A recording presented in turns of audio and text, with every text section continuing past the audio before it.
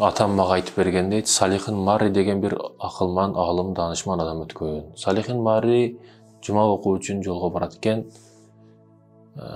Күнөрдөн бир күн бир мүрзөдө түнөштү ишет. Түнөп уктайын деп мүрзөдө уктайт. Түшүндө түш көрөт, бардык мүрзөдөгү адамдар ичинен тирилип чыгып, бардыгы олтурушат. Кийимчен, башкачан. Аларга үстү жабык табактарда ар нерсе даамдарды алып келип сыйлар, ар кандай сыйлар берилип жатты. Бирок бир бала өзгөчө кайгырып, өзгөчө олтурат эле, башкалардан бөлүнүп, башка жерде олтурат эле.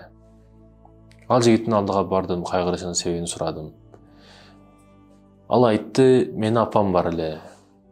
Ал сый тамактар азыр тирүүлөрдүн кылып жаткан садакалары, маркумдарга арнап жаткан садакалар табактарда сый болуп келип жатат. А мага аркамда эч ким калган эмес, менин артымда эч ким жок.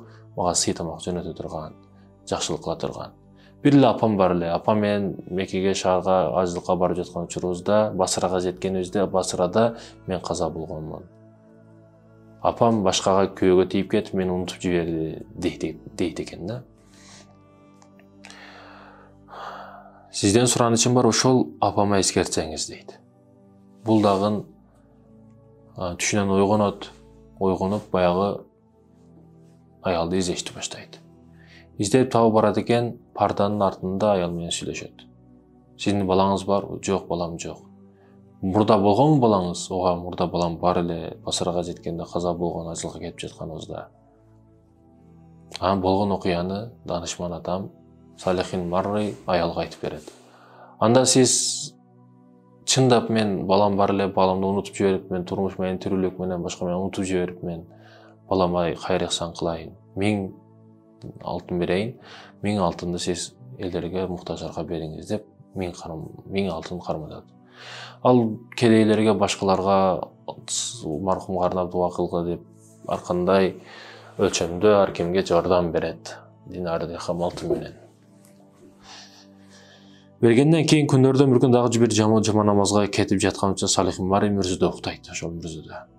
Түшүндө бардык адамдар чыгып, сый тамактарды, келип жаткан табактардан ар нерселерди көрүп жатты. Сыйларды сыйланып жатты.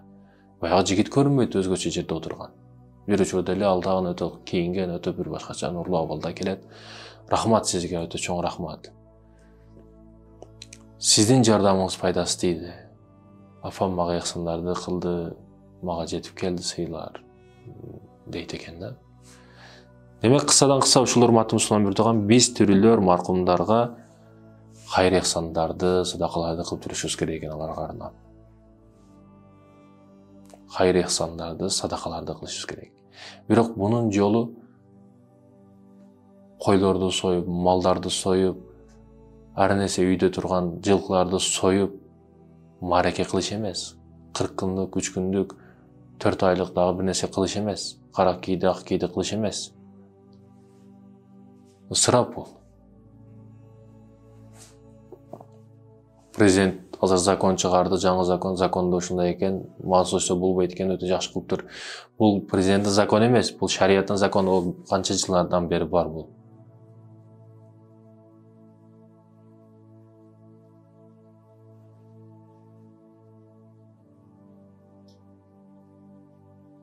Чындап жетим байкуштун акысына кирип, атасы өтүп калсан, коюнда, коросунда койлорду союп, уялбай, безирейип, жеп кетип аткан кошуналары чындыгы кошуна эмес, туугандары чындыгы тууган эмес аларга.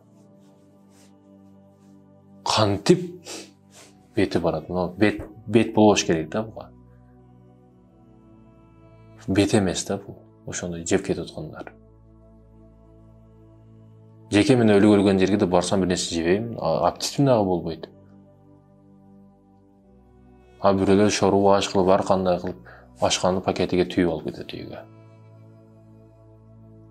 Бирөөнүн акысыга кирбе. Азыр президентибиз ушул нерсени чыгардыбы, биз колдошубуз керек. Закон түрүндө, жазуу түрүндө чыгарса буну биз колдобосок, ким колдойт муну? Ушунчалык жакшылык кылгыңыз келип атабы? Маркумга чындап сообу тийсин деп атасызбы? Ал кафеде бір жерде сый тамақ бердіңіз, мәреке қылдыңыз. Ал жеген нәрсесі туалетте эле жиркенішті қылып толдырат болды, ал эчнерсе эмес. Эгер жакшылык ар дайым соолуп жетип турсун десеңиз, ана бир көпүрө салыңыз. А көпүрөдөн канча адам, канча жылга чейин жетет мисалы үчүн көпүрө. Ошончо соолуп жетип турат ошол маркумга. Сый табактар келип турат демекчи да. Жакшылыктын түрү көп. Bir алым китеп жазган, ошо китебин дагы чыгарып, дагы таратып бериңиз.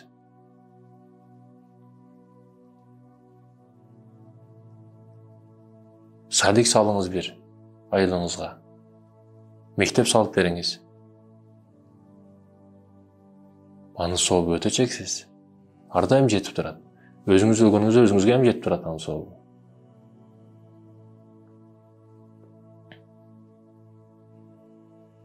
Бул нерсе эмне үчүн калыптанып калдырмады Руслан Бертуган? Себеби сиз башканыкка барып жеп койгон деңиз. Сиз башканын маракесинде жеп койгонсуз. Сиз башканын кафесине барып Куран окуганда жеп койгонсуз. Ошондуктан эл эмне дейт деген системаны башыңызга киргизип туруп, ошону уят намыс деп өзүңүзгө билип туруп, ошонун аркасынан баягы караңгы туман ойдон чыга албай калгансыз да. А негизи не десе дей берсин. Сиз биринчиси болуңуз, сиз токтодуңуз. Жамандайт экен, башка кылат экен. Жок, токтот. Бул чыгарып бердиби азыр?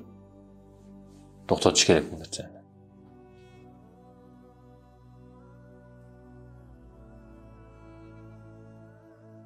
Чыныгы ысырап дей. Мындай эле шарият дин эмес. Мында адамгерчиликке салып көрөйлү да. Кайсы адамгерчиликке жатат бул нерсе? Өлүгөн жерде атасы байкуш өтүп кетсе, балдарынын акысын жеп, ага бир жардам берип койбойт балдарга. Керек учурда көмүрүн алып бербейт. Керек учурда бир нерсе керекпи деп формасын, кийимин алып бербеген кошуналары, туугандар бир өткөн учурда келип, баягы бир байкасаңыздар, бир нерсе өлүп калса, жык чимейлер келип аны тоноп, талашып, эки жакка тарткан сыяктуу, жетимдин акысын келип жеп, бардыгы чогулуп, 100 жылда бир кабар албаган туугандары дагы келип, үйүндөгү жалгыз турган жылкысын союп, койлорун союп жеп кеткендиги бул адамгерчиликке жатпайт бул. Кайсы адамгерчиликке жатат бул? Бул адамгерчилик эмес бул. Акмактык, шермендечилик. Жетимдин акысын жесеңиз, сиздин оозуңузга тозоктун отун жеп атасыз. Тозоктун чогун жеп атасыз. Бул дүйнө эч нерсе эмес. Ахиретте азабыңыз кандай болот?